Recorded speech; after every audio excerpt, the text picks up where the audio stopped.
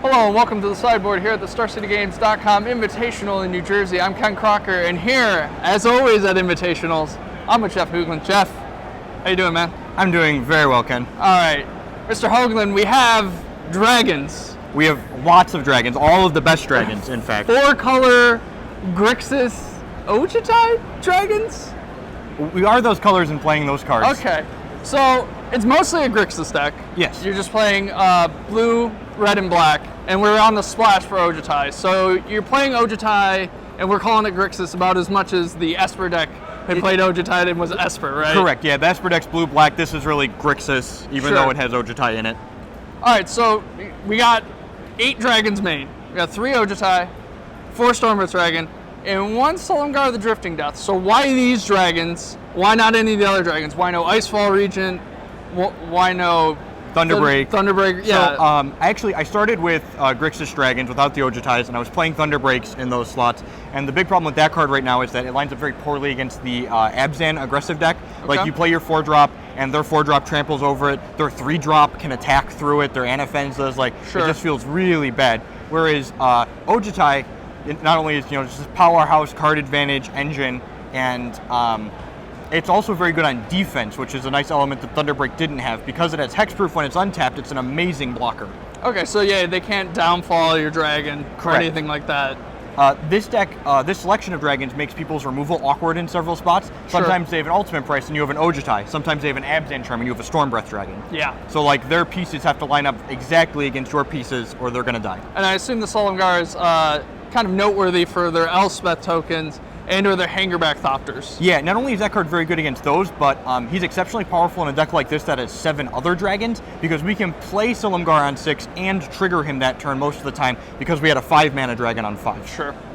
So, like any other Grixis deck, you have just all the removal possible. So, 4 Draconic Roar, 2 Magma Spray, have to assume that's for Hangerback, and 2 Roast are your red removal. Yep. And then your black removal is Murderous Cut and Foul Tongue Invocation. Yep. So kind of give me the breakdown on the numbers here and why you chose to play them. So Magma Spray, in addition to being good against the Hangerback Walker that you talked about, is also very good against the Jeskai decks, because exiling Soulfire Grandmaster and Jace so they can't Ojutai's command it back later in the game is a great effect to have. Getting all the angles covered. Yeah, definitely. Roast, I think, is quite possibly the best removal spell in the format against the Abzan aggressive deck, just because it kills anything they play. Yeah. Outside of Hangerback Walker, it's just an ace against all of their threats. Okay.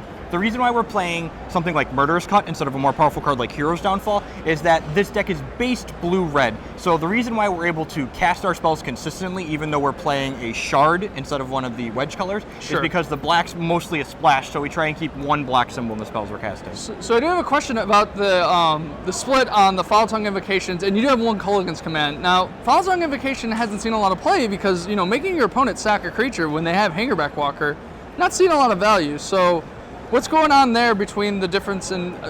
It seems like you would want more Kolaghan's Commands, maybe for killing their Hangerback Walkers in particular, but you just seem to be running Foul Tongues instead. So, you mentioned we have a bunch of removal, including the Magma Spray, so you're often able to clear out their early plays, including their Hangerback Walkers, or counter them with the Scorn. And then Foul Tongue is very powerful. Foul Tongue undoes a Siege Rhino basically completely by gaining you the life back.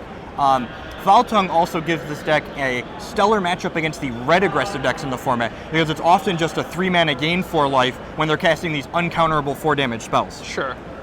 And then obviously, like any blue deck that's got dragons in it, we have the 4 Solemgar Scorn, and then a 1 of Dissolve just to get you. So the 1 of Dissolve, I tested Stubborn Denial in this slot, and a main deck Disdainful Stroke. The card I kept losing to against the Abzan decks when we went long was Den Protector, so I wanted a 5th way to counter the Den Protector, and Stubborn Denial and Disdainful Stroke weren't serving that purpose. Fair enough.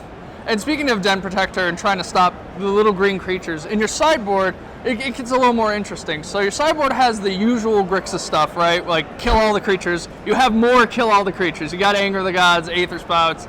The 4th Foul Tongue. The 4th Foul Tongue, Magma Spray, Ultimate Prices. We got just kill everything. Yep. But then you have an interesting sideboard switch here to more of a control deck. You have 2 Jace Vern's Prodigy and 2 Ashiok Nightmare Weaver. So I assume those are bringing in the Abzan matchups? Yeah, and actually, I like boarding in Jace against basically every deck in the format game too.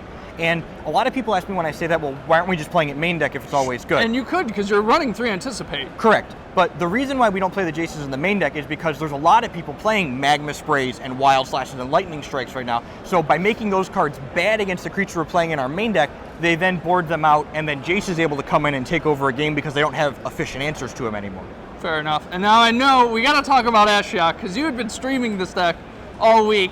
And there have been people on the stream who are like, why are you not playing Ashiok, Jeff? Why are you not playing Ashiok? So you decided to come with Ashiok. I don't like Ashiok as a Magic card, and the reason why that is it's a high variance Magic card. Like, the ceiling is high and the floor is really low. That being said, I think that variance is mitigated a little bit now that the Abzan are playing the more aggressive strategy, Sure. so they have upwards of 20 creatures, so it's a little bit more consistent, even if there is still some variance involved in it. The blue-white control deck has also been popular online lately, so expecting to see more of that in paper, and they have a really hard time dealing with this Ashiok that resolves on 3, and then it ultimates and takes all their resources away. And with all the counter magic you happen to have, plus the disdainful strokes and the negates and the board, you seem to actually have a pretty good control matchup as well. Yeah, definitely. So like, it's a mid-rangey dragon deck, but you have a lot of angles covered. Yeah, definitely. And we have a lot of control cards, and the nicest thing about this type of deck is we can turn the corner even faster than, say, Esper Dragons, because we have 7 powerful 5-drops as opposed to just the 4 that they have access to. And plus you get to just, get them with Stormbreath Dragon. Get in there for haste, I smash them. love monstering that card. It's so fun.